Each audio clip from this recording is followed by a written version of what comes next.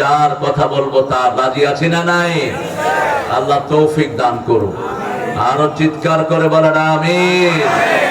এখানে বসবেন সিংহ শার্দুলের মতো, মরা মুসার মতো বসবেন না, জিন্দা দিল থাকবেন। আমাদের আল্লাহ জিন্দা, আমরাও জিন্দা। ওদের দেবতাও মরা, ওরাও মরা। দেখেন না, লক্ষ লক্ষ থাকে কোনো আওয়াজ নাই, আর আমাদের অল্প মুসল্লি হলেই সেখানে আওয়াজ আছে না নাই? আল্লাহু আকবার, সামি আল্লাহু লিমান হামিদা, আল্লাহু আকবার। ঠিক আছে, নামাজের ভিতরে কোন তাকবীর সবচেয়ে বেশি? আল্লাহু আকবার। আল্লাহ আরো জোরে বলার তৌফিক দান করুন। দুরূদ যেটা পড়েছেন সেটা শুধু রাসূলের উপর গিয়েছে। রাসূল ছিলেন জামে রাসূল, ইন্নী রাসূলুল্লাহি ইলাইকুম জামিআ, আমি তোমাদের সবার কাছে প্রেরিত হয়েছি। তিনি যেটা পড়তেন সেটার ভিতরে সব নবীর জন্য দুরূদ আছে। পড়েন, আল্লাহুম্মা সাল্লি আলা মুহাম্মাদ ওয়া আলা আলি মুহাম্মাদ কামা সাল্লাইতা আলা ইব্রাহিম ওয়া আলা আলি ইব্রাহিম ইন্নাকা হামিদুম মাজিদ। আল্লাহুম্মা বারিক আলা মুহাম্মাদ ওয়া আলা আলি মুহাম্মাদ কামা বারাকতা আলা ইব্রাহিম।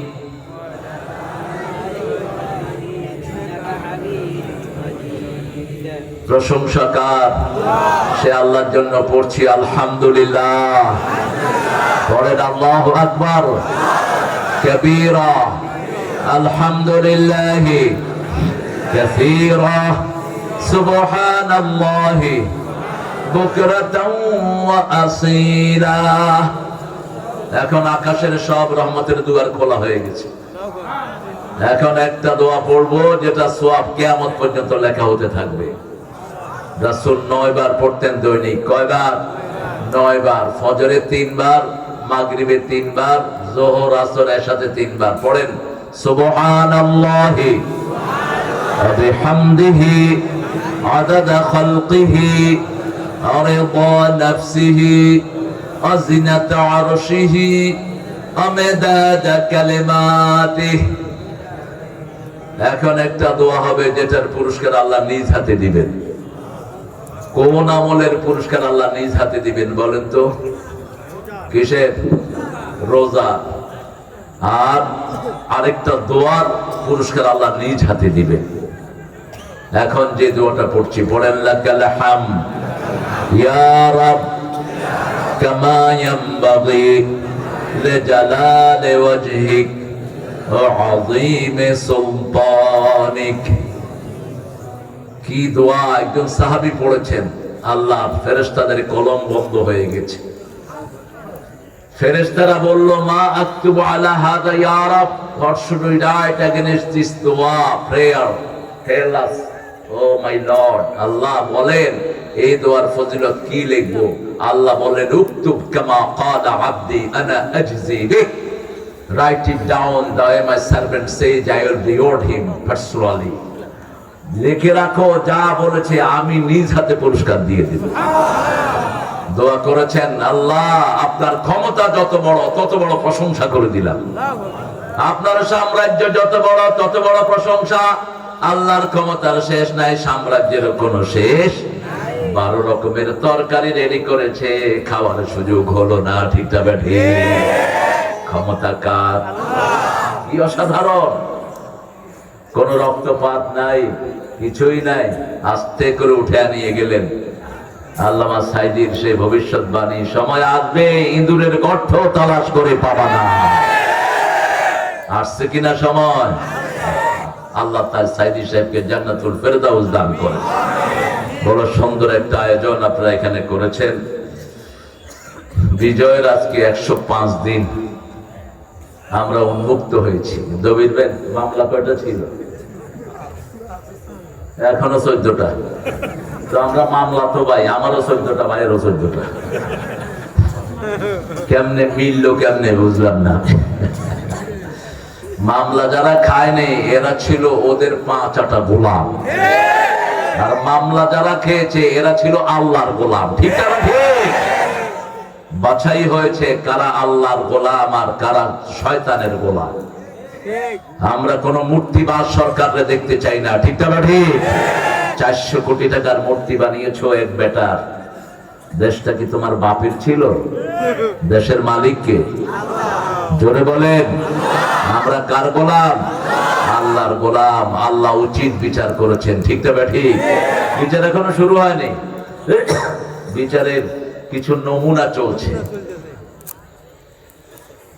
এক একজন আলেমের পিছনে কি হারে লেগেছ। ছোট্ট হামজা বেচারা শরীরে এমনি নাই কিছু, আরো পিটায়া পুটায়া শেষ। আরেকটার তো ল্যাংটা পিটা পিটেছে। আল্লামা সাইদি সাহেবকে 13 বছর এই টেবিলের চেয়ে একটু বড় জায়গাতে 13 বছর রেখে দিয়েছে। 13টা বছর একটা তোষক নাই, একটা লেপ নাই, একটা বালিশ নাই। জেলখানার কয়েদিরা নিজেদের কম্বল জোগাড় করে 5-7টা কম্বল একসাথে দিয়ে এই শুকনা শরীরের মানুষটাকে সেখানে শোয়াতো। আল্লাহ আমাদেরকে আপনি সুন্দরভাবে ইসলামের উপর চলার তৌফিক দান করেন। আরো জোরে বলি আমিন। শুভ গাছা উত্তরপাড়া জামে মসজিদের উদ্যোগে আজকের এই তাফসীরুল কোরআন, প্রধান অতিথি গণমানুষের নেতা, সারা জীবন যিনি কোরআনী আন্দোলনকে নিজের জীবন অক্ষ করে দিয়েছেন, আলহামদুলিল্লাহ বলে। নিজের সুখ বলতে কিছুই দেখেন নেই, শুধু দেখেছেন কোরআনের আন্দোলন, ঠিক না ঠিক? গণমানুষের নেতা, সাবেক চেয়ারম্যান উপজেলা পরিষদ, আমির বাংলাদেশ জামাত ইসলামী শেরপুর আলহাজ মাওলানা মুহাম্মদ দবিরুর রহমান হাফিজাহুল্লাহ। আল্লাহ তার দুনিয়া আখিরাতের সব কামিয়াবি তাকে দান করুন। আল্লাহ তাকে আমাদের জাতির নেতা বানিয়ে দিন। উপজেলা চেয়ারম্যান না, একটা মেম্বারও তো কোটি কোটি টাকা চুরি করছে, ঠিক না ঠিক? ওই বেটির কাজের পোলা কত কোটি টাকার মালিক? কত কোটি? 400। কিসে চড়ে? আপনারা কিসে চড়েন? সাইকেল ও হেলিকপ্টার। সাতক্ষীরাতে সাইকেল রে কয় হেলিকপ্টার। সাইকেল, কারণ সাইকেলে 3 জন উঠে, পিছে একজন, সামনে একজন, মধ্যখানে একজন। এটার নাম ছিল হেলিকপ্টার। এখন কোথায় সে হেলিকপ্টার? ওনার মূর্তির উপর পোলাপান উঠে কি করেছে সেটা আর বললাম না। কি করেছে? কারণ মুক্তির সংস্কৃতি আমরা কায়েম করতে চাই না। রাসূল এসেছেন মুক্তি ভাঙার জন্য। হিন্দুরাও এত মূর্তি বানায় নেই যত মূর্তি বানিয়েছে এই বেডি, ঠিক না ঠিক? আজানের দেশকে মূর্তি দিয়ে ভরেছো। আল্লাহ যেন তোমাদেরকে সঠিক বিচারের সম্মুখীন করে দেয়।